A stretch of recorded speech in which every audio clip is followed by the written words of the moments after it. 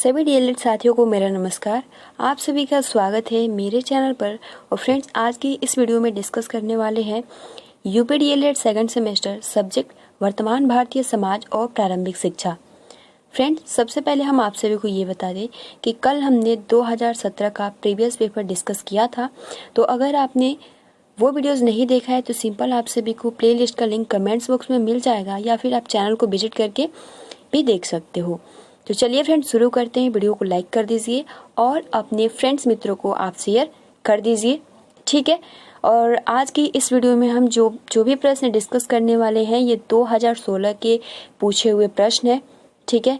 तो पार्ट 1 में हम अभी डिस्कस करेंगे, क्योंकि 2016 और 2016 सेकंड दोनों ही क्वेश्चन मिक्स है, ठीक है। तो बहुत ज़्यादा टाइम लगेगा, इसलिए इसको हम सेपरेट वीडियो में पार्ट 1 और पार्ट 2 इस तरीके से करके डिस्कस करेंगे। और फ्रेंड्स, जो आप प्रीवियस पेपर अगर सॉल्व कर लेते हो तो 100% 2017, 2016, 2015 इसमें से बहुत सारे क्वेश्चन जो हैं वो मिल जाते हैं, ठीक।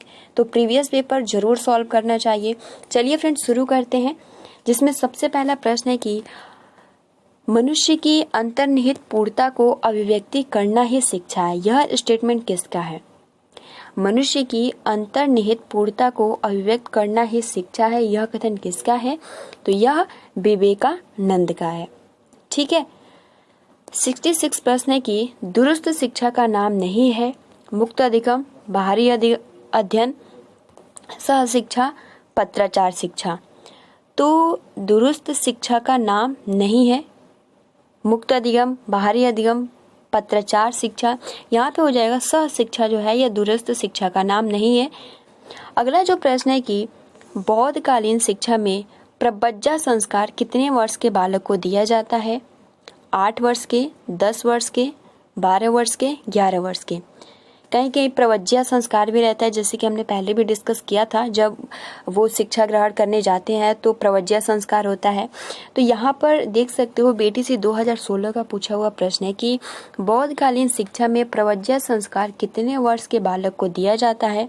तो फ्रेंड्स, यहाँ पर जो राइट आंसर हो जाएगा वो हो जाएगा 8 वर्ष के बालक के लिए प्रव्रज्या संस्कार या प्रव्रज्या संस्कार किया जाता है। 68 है कि फ्रेंड्स, अगर आप सभी को ब्लर दिख रहा होगा तो आप 240p में दिख सकते हो, ठीक है। 68 प्रश्न है कि वर्धा में अखिल भारतीय राष्ट्रीय शिक्षा सम्मेलन आयोजित हुआ सन 1940 में, सन 1937 में, सन 1950 में, सन 1948 में। तो वर्धा में अखिल भारतीय राष्ट्रीय शिक्षा सम्मेलन आयोजित हुआ था, वो हुआ था सन 1937 ईस्वी में। अगला जो आपका प्रश्न है कि प्रकृतिवाद की मुख्य शिक्षण विधि है करके सीखना, खेल द्वारा सीखना, स्व अनुभव द्वारा सीखना, उपयुक्त सभी। तो प्रकृतिवाद की मुख्य शिक्षण विधि है, यहाँ पर जो हो जाएगा करके सीखना भी हो जाएगा, खेल द्वारा सीखना हो जाएगा, स्व अनुभव द्वारा सीखना हो जाएगा, उपयुक्त सभी इज द राइट आंसर। 20 प्रश्न है कि गांधी जी के दर्शन के अनुसार छात्रों की क्रियाशीलता के लिए पाठ्यक्रम में आवश्यक है इतिहास, भूगोल, हस्तकला, उपयुक्त सभी। तो गांधी जी के दर्शन के अनुसार छात्रों की क्रियाशीलता के लिए पाठ्यक्रम में आवश्यक है हस्तकला। ऑप्शन नंबर यहाँ पर C करेक्ट आंसर होगा।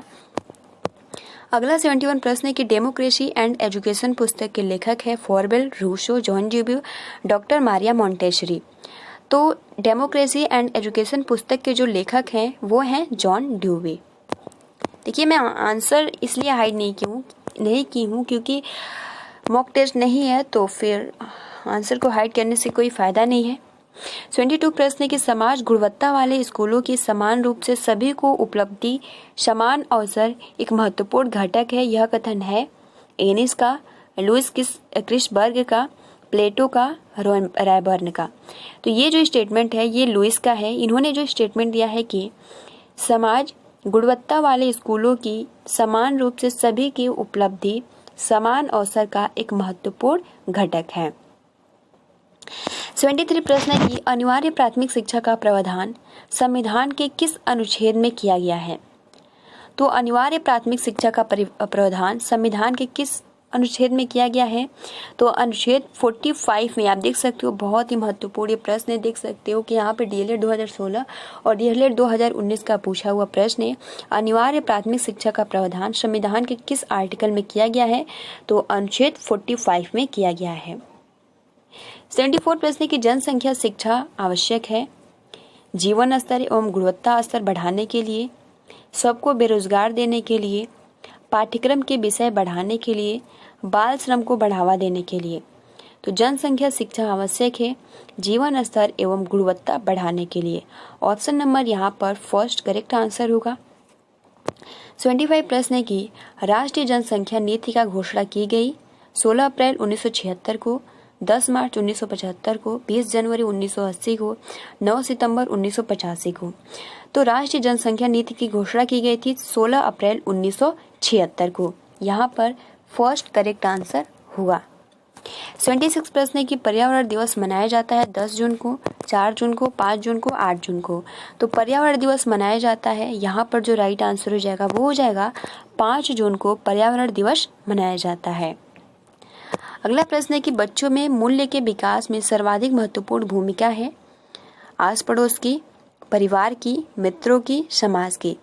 तो बच्चों में मूल्यों के विकास में सर्वाधिक महत्वपूर्ण जो भूमिका होती है मूल्यों की विकास, यहाँ पर राइट आंसर हो जाएगा समाज की। 28 प्रश्न की राष्ट्रीय सद्भावना को प्रभावित करने वाला प्रमुख कारक है जातिवाद, प्रांतीयता, सांप्रदायिकता, उपयुक्त सभी। राष्ट्रीय सद्भावना को प्रभावित करने वाला प्रमुख कारक है ऑप्शन नंबर यहाँ पर डी करेक्ट आंसर हो जाएगा उपयुक्त सभी। राष्ट्रीय सद्भावना को प्रभावित करने वाला प्रमुख कारक है जातिवाद, प्रांतीयता, सांप्रदायिकता, यानी यहाँ पे उपयुक्त सभी। 29 प्रश्न है कि बाल श्रमिक बनने का मुख्य कारण नहीं है अत्यधिक गरीबी, अशिक्षा, जनसंख्या वृद्धि, प्रतिस्पर्धा। तो यहाँ पे बाल श्रमिक बनने का मुख्य कारण प्रतिस्पर्धा थोड़ी ना होता है, तो इसलिए ये इसका कारण नहीं होता है। अत्यधिक गरीबी के कारण बाल श्रमिक बन जाते हैं, और शिक्षित न होने के कारण, जनसंख्या में वृद्धि होने के कारण उन्हें बाल श्रम करना पड़ता है। ये इनके कारण है, लेकिन जो प्रतिस्पर्धा है यह इसका कारण नहीं है। बाल श्रमिक बनने का मुख्य कारण नहीं है प्रतिस्पर्धा। 80 प्रश्न की द्विवा स्वप्न पुस्तक के लेखक हैं गिजुभाई, स्वामी विवेकानंद, महात्मा गांधी, सर्वपल्ली राधाकृष्णन।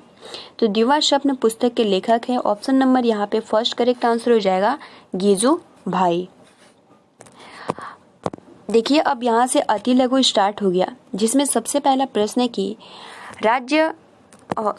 चलिए इसको भी डिस्कस कर देते हैं। 2016 का पूछा हुआ तो नहीं है, लेकिन कोई नहीं। राज्य शिक्षा संस्थान कहाँ है? तो राज्य शिक्षा संस्थान जो है वो इलाहाबाद में है। राज्य हिंदी संस्थान कहाँ स्थित है? तो राज्य हिंदी संस्थान जो है वो वाराणसी में स्थित है। ठीक है, अब इसको याद किस तरीके से कर सकती हो, क्योंकि बहुत ज़्यादा कन्फ्यूजन हो सकता है। तो सिंपल याद कर सकती हो कि प्रयागराज यानी इलाहाबाद में केवल और केवल शिक्षा प्राप्त होता है। ठीक है, केवल और केवल क्या प्राप्त होता है? शिक्षा प्राप्त होता है। और 68 की अगर हम बात करें राज्य हिंदी संस्थान कहाँ स्थित है? तो राज्य हिंदी संस्थान जो है वो वाराणसी में स्थित है। अब इसको किस तरीके से? तो वाराणसी में केवल और केवल जो संस्थान है वो हिंदी लैंग्वेज यानी हिंदी भाषा में ही उनको पढ़ाया जाता है, सिखाया जाता है। तो इस तरीके से इलाहाबाद में केवल शिक्षा दिया जाता है और वाराणसी संस्थान में केवल हिंदी भाषा में लैंग्वेज में जो कुछ भी पढ़ाया जाता है हिंदी लैंग्वेज में। 79 प्रश्न की आंग्ल भाषा शिक्षण संस्थान कहाँ है? आंग्ल भाषा शिक्षण संस्थान जो है वो इलाहाबाद में है। तो इस तरीके से भी आप रिलेट कर सकते हो। शिक्षण, शिक्षा यानी संस्थान कहाँ है, शिक्षा या शिक्षण जो दिया जाता है वो इलाहाबाद में। इस तरीके से अगला 29 प्रश्न है और 2015 का पूछा हुआ प्रश्न की बौद्धकालीन शिक्षा के अंतर्गत मठ में प्रवेश के पूर्व कौन सा संस्कार होता है? जस्ट अभी हमने डिस्कस किया 8 वर्ष की आयु में जब बालक बौद्धकालीन में जब शिक्षा ग्रहण करने जाता है मठ में, तो उस संस्कार को हम जो संस्कार होता है उसे हम प्रवज्या या प्रवज्या संस्कार कहते हैं। 71 प्रश्न है कि शिक्षा के किस उद्देश्य के अंतर्गत व्यक्ति के उच्चतम विकास अथवा आत्मज्ञान पर बल दिया जाता है? तो आदर्शवाद। अगला 72 प्रश्न है कि वह शिक्षा जिसमें किसी निश्चित पाठ्यक्रम, विद्यालय तथा वातावरण की आवश्यकता नहीं होती है। तो वह शिक्षा जिसमें किसी निश्चित पाठ्यक्रम, विद्यालय तथा वातावरण की आवश्यकता नहीं होती है। इसमें क्या आ जाता है? प्रकृतिवाद। 73 प्रश्न है कि विद्यालय प्रकृति की गोद में स्वतंत्र एवं खुले वातावरण में हो, यह विचार किसने दिया है? तो रूसो ने दिया है, क्योंकि आप सभी को पता है कि वह शिक्षा जिसमें किसी निश्चित पाठ्यक्रम, विद्यालय, वातावरण की आवश्यकता नहीं पड़ती है, वो प्रकृतिवाद होता है। और यहाँ पे विद्यालय प्रकृति की गोद में स्वतंत्र एवं खुले वातावरण में हो, यह विचार किसने दिया है? तो रूसो। बीटीसी 2015 का पूछा हुआ प्रश्न है। अगला देखिए 2015 का ही पूछा हुआ प्रश्न है कि छात्रों को गतिविधि या उदाहरण के माध्यम से पाठ पढ़ाते समय ही व्याकरण शिक्षण सहजता से पढ़ाने की वकालत किसने की? तो जॉन ड्यूवी ने। ये स्टेटमेंट है कि सच्ची शिक्षा वही है जो छात्रों में व्यक्तित्व का विकास कर उनमें आत्मज्ञान, नागरिक दायित्व, जनतंत्र में आस्था, अहिंसा, एकता व भाईचारा जैसी भावनाओं को उत्पन्न करती है। यह सोच विचार किसका है? बहुत सिंपल है, महात्मा गांधी का। देखिए 2016 का पूछा हुआ प्रश्न कि वैदिक साहित्य में शिक्षा शब्द का प्रयोग किन अर्थों में किया गया है? तो वैदिक साहित्य में शिक्षा शब्द का प्रयोग विद्या, ज्ञान, बोध और विजय के रूप में किया गया है। बौद्धकालीन शिक्षा का मुख्य उद्देश्य क्या है? ये बीटीसी 2016। अब देख सकते हो 2016 के बहुत सारे क्वेश्चन 2019 में पूछे गए हैं, तो इस तरीके से आप रिलेट कर सकते हो कि 2017 के जितने भी हमने क्वेश्चन कल डिस्कस किए थे वो 2020 में जरूर पूछे जाएंगे। ये आप लिख के ले लीजिए, ठीक है। तो यहाँ पे बौद्धकालीन शिक्षा का मुख्य उद्देश्य क्या है? तो बौद्धकालीन शिक्षा का प्रमुख उद्देश्य जो था वो था मोक्ष। अगला प्रश्न है कि शिक्षा में प्रयोजनवाद के जन्मदाता कौन है? तो शिक्षा में प्रयोजनवाद के जन्मदाता जो है वो है विलियम जेम्स। 29 प्रश्न है कि सर्वोत्तम शिक्षा वही है जो संपूर्ण सृष्टि से हमारे जीवन का सामंजस्य स्थापित करता है, यह कथन किसका है? तो सर्वोत्तम शिक्षा वही है जो संपूर्ण सृष्टि से हमारे जीवन का सामंजस्य स्थापित करता है। ये स्टेटमेंट जो दिया है वो रविंद्रनाथ टैगोर ने दिया है। बालकों को बाल देवो भव की संज्ञा किसने दी थी?